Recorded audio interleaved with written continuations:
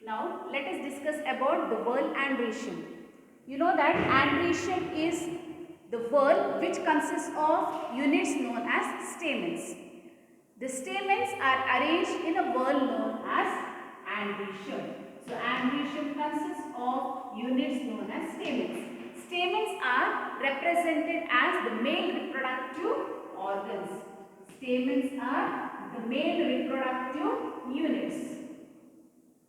Male reproductive units. Each stamen consists of two distinct parts. They are filament and anther. Each stamen has two distinct parts. Two distinct parts. They are filament and anther.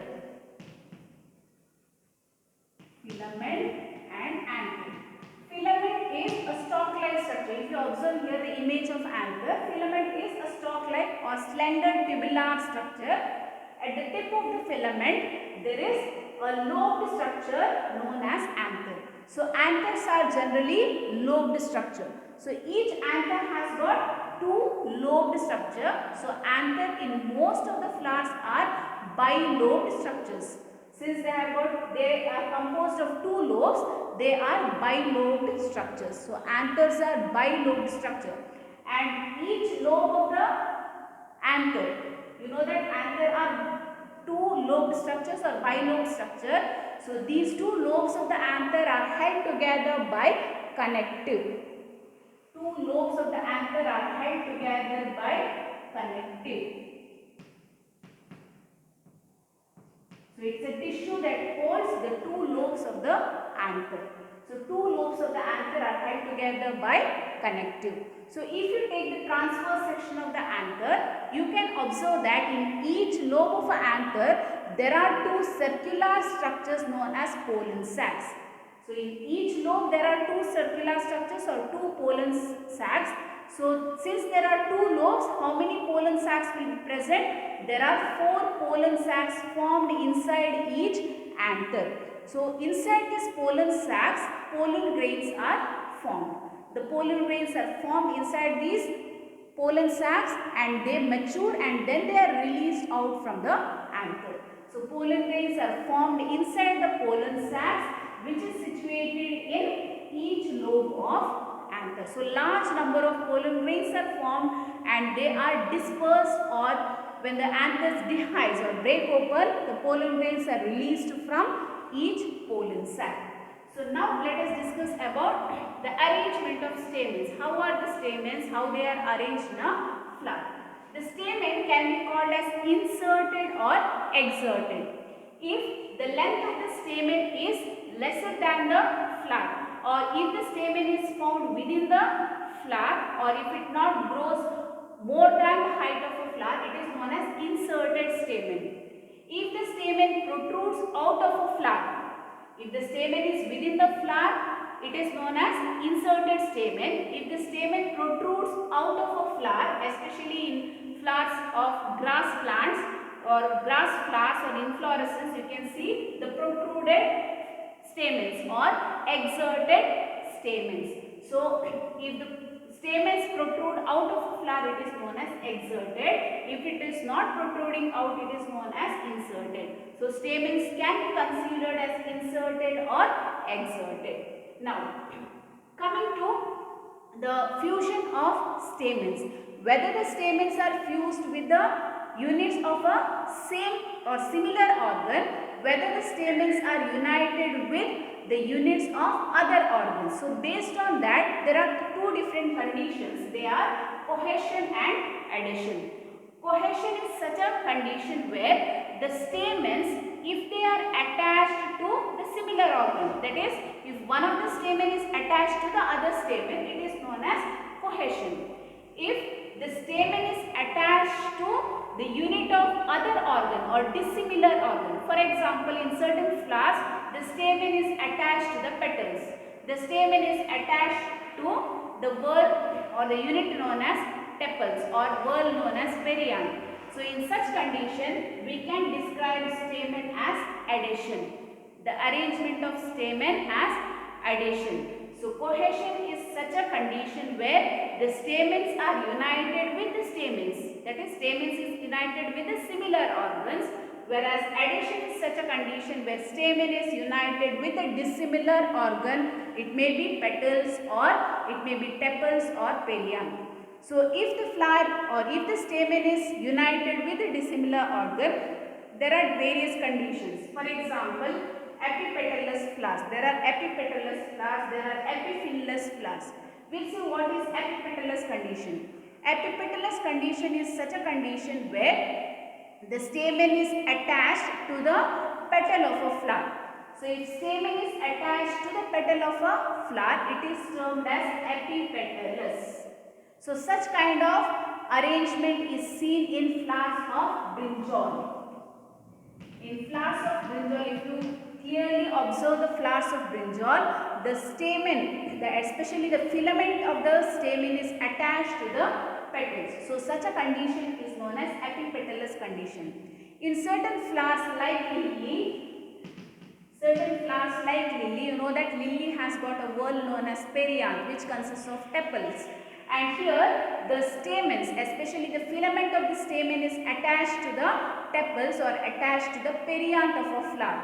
And such a condition is termed as epiphyllous. So note down the difference. Epipetalous is the stamens or especially the filament of the stamen being united with the petals of a flower. Epiphyllous condition is such a condition where the filament of a stamen is united with the perianth or tepal of a flower. So these are the two different conditions known as epipetalous condition as well as epiphyllous condition. Okay. So next we will see whether the stamens are united or whether they are free. So if the stamens are free and distinct, you know that the number of stamens in a flower varies based on the species of a flower. Similarly, like the calyx, corolla, same way in the androecium, the number of stamens varies in a flower. Some of the flowers may be having only 4 stamens, some may be having 10 stamens, some may be having more than 10 stamens. So number of stamens varies greatly in different species of flowers. Suppose if there are many stamens and these stamens may be free or distinct or they may be united. So if the stamens are free and distinct, such a condition is known as polyandrous. So polyandrous is a condition in a flower where there are many stamens. These stamens are free and distinct. They are not united to each other. Whereas synandrous condition is such a condition where in a flower, if they have got many stamens, stamens may be fused or united, and that condition is known as synandrous. If the stamens are free and distinct, it is known as polyandrous. If the stamens are united, it is known as synandrous. And you have to remember that the stamen may be united only in the region of filament, or stamens may be united only in the region of anther. Okay? So synandrous condition may be of two different kinds. That is, fusion, there may be fusion of filaments, or there may be fusion of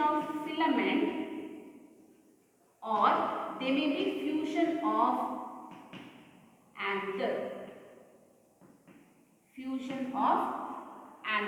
One of the anther fused with the anther of the next stamen. So in certain flowers, one of the filament of one stamen is fused with the filament of the next stamen. So there are different conditions under synandrous. So synandrous is such a condition where the stamens are fused in varied type. So it may be fusion of filaments or fusion of anther. So based on that, there are two different situations or conditions. They are adelphous or syngenaceous. As I mentioned earlier, if there is fusion of filament, if there is fusion of filament, it is termed as adelphous. If there is fusion of anther, it is termed as syngenaceous. So syngenaceous is fusion of anthers, but there is no fusion of filament. You can observe here, the anthers are fused but filaments are not fused. In case of Adelphus, the filaments are fused but anthers are free and distinct. So in Adelphus, sometimes the filaments may be fused together in such a way that they may form a single bundle, they may form two bundles, or they may form more than two bundles. So based on this, Adelphus is again categorized into three types. They are monoadelphus,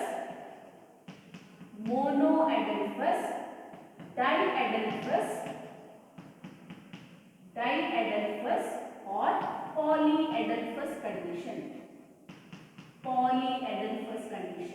So remember that Adelphus condition is such a condition where filaments are fused, anthers are free and distinct. So based on how the filaments fuse together, whether they fuse together to form one bundle, two bundle, or more than two bundles, there are three different kinds of Adelphus. Monoadelphus, the name itself indicates how many bundle of filaments are formed here. The filaments are fused together to form a single bundle. So it is known as monoadelphus. Diadelphus, the filaments are fused together to form two bundles. It is known as diadelphus. Polyadelphus, the filaments are fused together to form more than two bundles. So we can observe such kind of fusion of filaments either to form one bundle, two bundle, or more than two bundle, mainly in case of hibiscus flower or China rose. So this is a monoadelphus condition, this is diadelphus condition, and this is polyadelphus condition. So monoadelphus condition is mainly seen in China rose, or we also commonly call it as hibiscus flowers. In hibiscus flowers, you might have seen a tubular structure inside the petal. This tubular structure is mainly formed because of the fusion of filaments to form a single bundle. And attached to the single bundle, there are free anthers. You can observe the anther in the hibiscus flowers. You can you can observe it as yellow colored structures. So suppose if you touch that bundle, that is single bundle of filament, you get some yellowish powder. That yellowish powder is nothing but the pollen grains, and anthers are free and distinct in the bundle of filaments. So such a condition is known as monoadelphus condition. Then diadelphus condition. This diadelphus condition is mainly seen in papilionaceous flowers. For example, in pea flowers, bean flowers,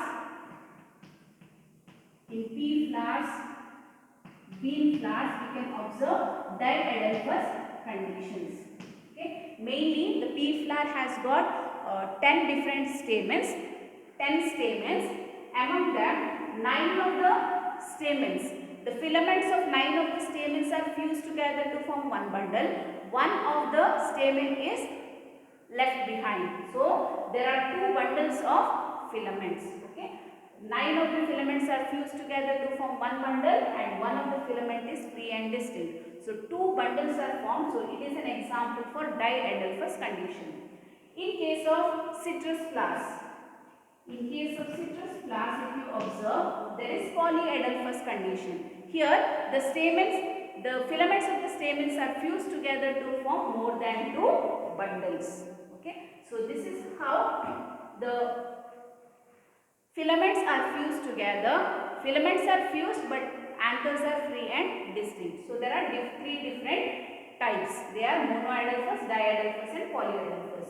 So there is one more condition known as syngenaceous. In syngenaceous, the anthers are fused together but the filaments are free and distinct. Okay. So this is about polyandrous, synandrous, adelphus, and syngenaceous condition. So next we will see what is the mode of attachment of filament to the anther. The filament is attached to the anther in different way in different species of flowers. So the mode of attachment of anther to the filament may be of 4 different kinds. The way how the filament is attached to the anther varies in different species of flowers. So they are of 4 different types. They are basifix, adnate, dorsifixed and versatile. So this is based on the attachment of anther to the filament, how the anther is attached to the filament. In case of basifixed type, the anther is attached to the top of the filament. You can observe here, this is the filament, this is the anther. The anther is attached to the top of the filament. So such a condition is known as basifixed anther. The anther where it is fixed to the top of the filament is known as basifixed. Now, adnate. In case of adnate, you can observe here the filament runs all along the length of the anther. If the filament runs all along the length of the anther, such a condition is known as adnate condition, or such a stamen is known as adnate stamen. Dorsifixed. In case of dorsifixed type of stamen, you can observe that the filament is attached to the back of the anther. If the filament is attached to the back of the anther, it is termed as dorsifixed. Then versatile. Here the filament is attached to the back of the anther, but you can observe here the variation in the structure of anther or shape of anther.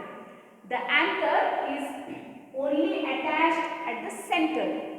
The anthers are, two lobes of anther are not attached all along its length. The two lobes of anther are attached only at the center, and this filament is attached to the anther only at the center.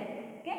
So in such a condition, the anthers can swing easily or they can swing freely. Okay? So here in adnate type of stamens, the anthers are attached, two lobes of anthers are attached only at the center, and filament is attached to the back of the anther at the center, and two lobes of the anther can swing freely. So such a condition is known as versatile condition. So these are the four different types where the filament is attached to the anther. They are basifixed, adnate, dorsifixed and versatile.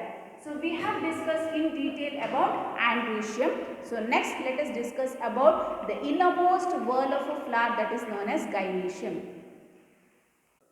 Now let us discuss about gynoecium. You know that gynoecium is the female reproductive part of a flower. Gynoecium is a whorl, that is the innermost whorl of a flower, which mainly consists of units known as carpels. So gynoecium is mainly composed of units known as carpels. So number of carpels varies in different species of flowers.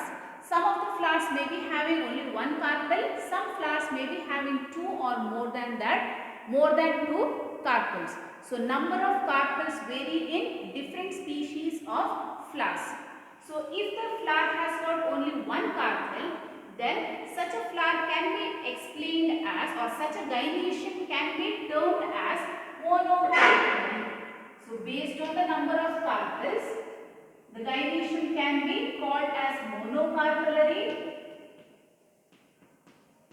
bicarpellary or polycarpellary or multicarpellary. Polycarpellary or multicarpellary. That is based on the number of carpels present in a flower. So if the flower has got only one carpel, the gynoecium is called as monocarpellary. If the gynoecium has got two carpels, then it is described as bicarpellary. If there are more than two carpels, it can be described as multicarpellary. You know that carpel is a distinct unit in a gynoecium, and each carpel consists of three distinct parts. Each carpel has three distinct parts, and they are ovary, style and stigma.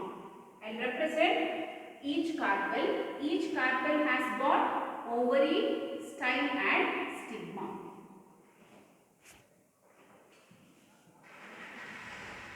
This is the thalamus of a pedicel and thalamus of a flower. The gynoecium is the innermost whorl of a flower, which consists of three distinct parts. The three distinct parts of carpel are ovary, style and stigma. Okay. So ovary is the basal swollen part of the carpel. Ovary is the basal swollen part of the carpel. Above the ovary, there is a long, slender tubular structure known as style. The tip of the style has got flattened portion. The tip of the style has got flattened portion which is known as stigma, and stigma is the receptive part for pollen grain. Stigma receives the pollen grain. So stigma can also be described as a flattened portion found at the tip of the style which forms a landing platform for the pollen grains. So the pollen grains during pollination, they are deposited on the flattened portion of the tip of the style that is known as stigma. So stigma receives the pollen grains. So these are the three distinct parts of a carpel. So within the ovary, there is a cavity known as ovarian cavity. Inside the ovary, there is a cavity, and this cavity is termed as ovarian cavity. Ovarian cavity. So in some of the flowers, the ovary may be having only one cavity. We also call it as locule. Ovarian cavity is also known as locule. So if there is only one ovarian cavity or one locule in a gynoecium, it is termed as, the ovary is termed as unilocular. In a carpel or in a gynoecium, if the ovary has got only one cavity or one chamber, it is called as unilocular. Unilocular. If there are two locules or cavity, it is known as bilocular. Or we can also call it as trilocular. If there are three cavities or three chambers, tetralocular, pentalocular, etc. Tetralocular, pentalocular, etc. Generally, if there are more than two locules, we usually term them as multilocular. Multilocular. Multilocular means having more than two locules. It is termed as multilocular. For example, you can see here, there is only one ovarian cavity. It is unilocular. This is also unilocular. What about this sectional view of the ovary? It has got three locules, right? It can be called as trilocular or multilocular. So based on the number of chambers present within the ovary, that is the ovarian cavity, the ovarian or the ovary can be described as unilocular, bilocular, trilocular, tetralocular, pentalocular or multilocular. So within the ovarian cavity, there is a soft cushion-like tissue. Within the ovarian cavity, there is a soft cushion-like, flattened cushion-like tissue known as placenta, called placenta. Attached to the placenta, there are ovules. Attached to the placenta, there are ovules. Even the number of ovules also vary in different kinds of flowers. Attached to the placenta, there are structures known as ovules. The number of ovules also vary in different kinds of flowers. There may be certain flowers which may be having only one ovule, or there may be certain flowers which may be having two ovules or more than two ovules. So number of ovules also vary in different species of plants or different species of flowers. For example, if you observe here this particular diagram, so this is the ovule. There is only one ovule inside the ovarian cavity. So if you observe here, there are 6 different ovules in the ovarian cavity attached to the placenta. So number of ovules vary in different species of flowers. So next we see how is the arrangement of ovules inside the ovarian cavity.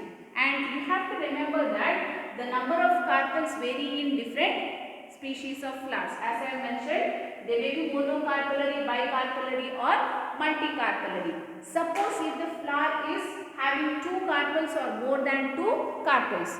If the flower has got more than 2 carpels, then the carpels may be free or distinct, or they may be fused. If the carpels are free and distinct, then the gynoecium can be termed as apocarpus. Okay, if the carpels are free and distinct, carpels may be free or distinct, or they may be united. They may be fused or united. If the carpels are free and distinct, they are termed as apocarpus. They are termed as apocarpus. So if the carpels are united, if there are more number of carpels and these carpels are united, it is termed as syncarpus. It is termed as syncarpus. So please remember this terminologies. These are very important. Can be asked for 1 marks, or many systems can be asked for 5 marks to explain the term. So you have to know the meaning of the term. Apocarpus is free and distinct carpels. Then syncarpus is united. There are more number of carpels, but all these carpels are united or fused. It is termed as syncarpus. So we have come across various terminologies: gamosepalous, polysepalous, gamopetalous, polypetalous, polyandrous, synandrous, apocarpus, syncarpus. So you have to know the difference between these terminologies. So if there are many carpels, they can be apocarpus or they can be syncarpus. Now we will see how are these ovules found inside the ovarian cavity, or how are they attached to the placenta inside the ovarian cavity. So the mode of arrangement of ovules, how the ovules are attached to the placenta and where they are arranged. So this arrangement of ovules inside the ovarian cavity is termed as placentation. Is termed as placentation. You know that ovules are attached to the placenta, and how the ovules are arranged inside the ovarian cavity is termed as placentation. In angiosperms, there are 5 different types of placentation. They are marginal placentation, axile placentation, parietal placentation, free central placentation, and basal placentation. So these are the 5 different kinds of placentation found in angiosperms. So first we will see what is marginal placentation. Marginal placentation is mainly seen in pea flowers. Marginal placentation is mainly seen in pea flowers. So this is an example for marginal placentation. So here the placenta is found towards the ventral side. This is the ventral side. The placenta is found towards the ventral side. It forms a ridge towards the ventral joint or ventral suture of the ovary. Okay, wherever there is a joint in the ventral side, ventral suture, there is towards the ventral suture, there is a ridge, and that is formed mainly because of placenta. So placenta is found towards the ventral suture as a ridge. Attached to this placenta, there are ovules. There are ovules. So there is only one locule in the marginal placentation. The placenta is found towards the ventral suture, that is like a joint. So here in the ventral suture, the placenta is found as a ridge. Attached to this ridge, like placenta, ovules are attached. So such a kind of placentation is known as marginal placentation, which is mainly seen in pea flowers. So next we will see what is axile placentation. Axile placentation. So axial placentation is mainly seen in flowers like China rose, that is hibiscus flowers, in flowers of tomato plant, brinjal, etc. They have got axial placentation. Okay. So in axial placentation, the placenta is towards the center.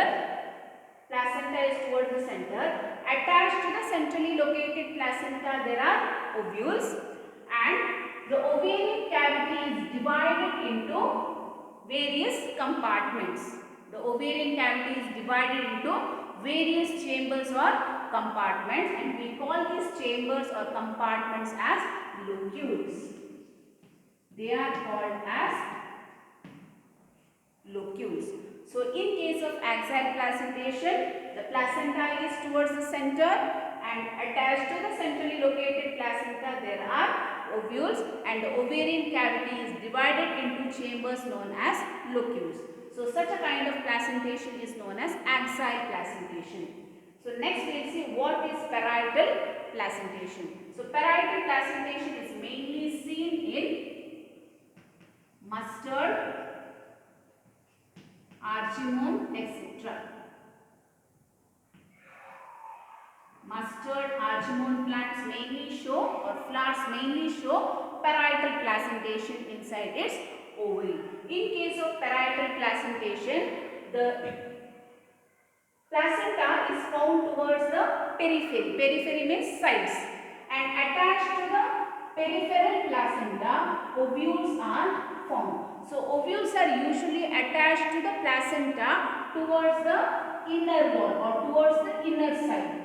Okay, ovules are attached to the placenta towards the inner side of the inner wall. So such a kind of placentation is known as parietal placentation, which is mainly seen in mustard as well as argemone. In case of mustard, there may be false septum formed, or there may be wall formed such that the ovarian cavity is divided into chambers. It is not actually the chambers formed, it is a false septum formed between the or inside the ovarian cavity such that a false septum divides the cavity of the ovary or divides the ovarian cavity. So remember that in flowers or inside the ovary of mustard there may be false septum formed. False septum is false walls. Septum is wall formation. False septum is a false wall formed inside this parietal placentation. So such kind of false septum can be seen in mustard.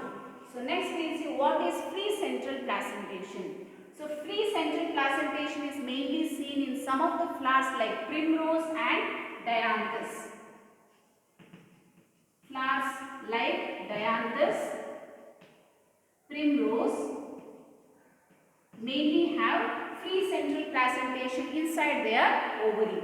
In such kind of placentation, the placenta is found towards the central or in the central axis. Attached to the centrally located placenta there are ovules. These are the ovules attached to the centrally located placenta, and there is no septum or cross wall formation, or there is no dividing of the ovarian cavity into chambers. Only single cavity is present. So ovarian cavity is not divided into chambers here.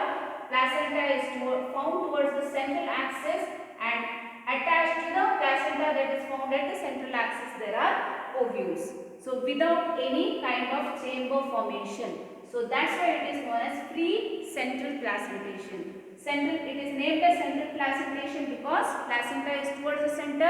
Attached to the centrally located placenta there are ovules. It is called as free central placentation because the ovarian cavity is not divided into any chambers. So that's why it is named as free central placentation. Next we will see what is basal placentation. Basal placentation is mainly seen in the ovary of some of the flowers like sunflower, marigold, etc. Some flowers like sunflower and marigold have basal placentation inside their ovary.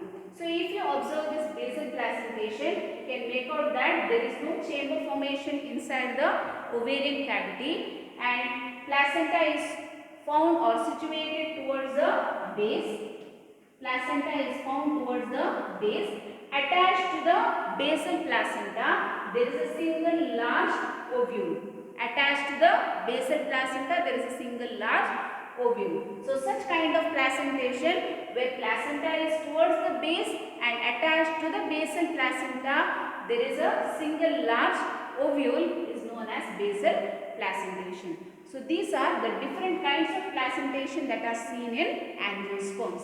They are marginal, axial, parietal, free central and basal placentation. So we have discussed in detail about various parts of a flower. We have discussed about four distinct worlds of a flower, that is calyx, corolla, androecium as well as gynoecium in detail. And we have to concentrate on these diagrams, especially the aestivation, the types of aestivation in flowers as well as the type of placentation that is found in angiosperms. So these are very important questions from exam point of view.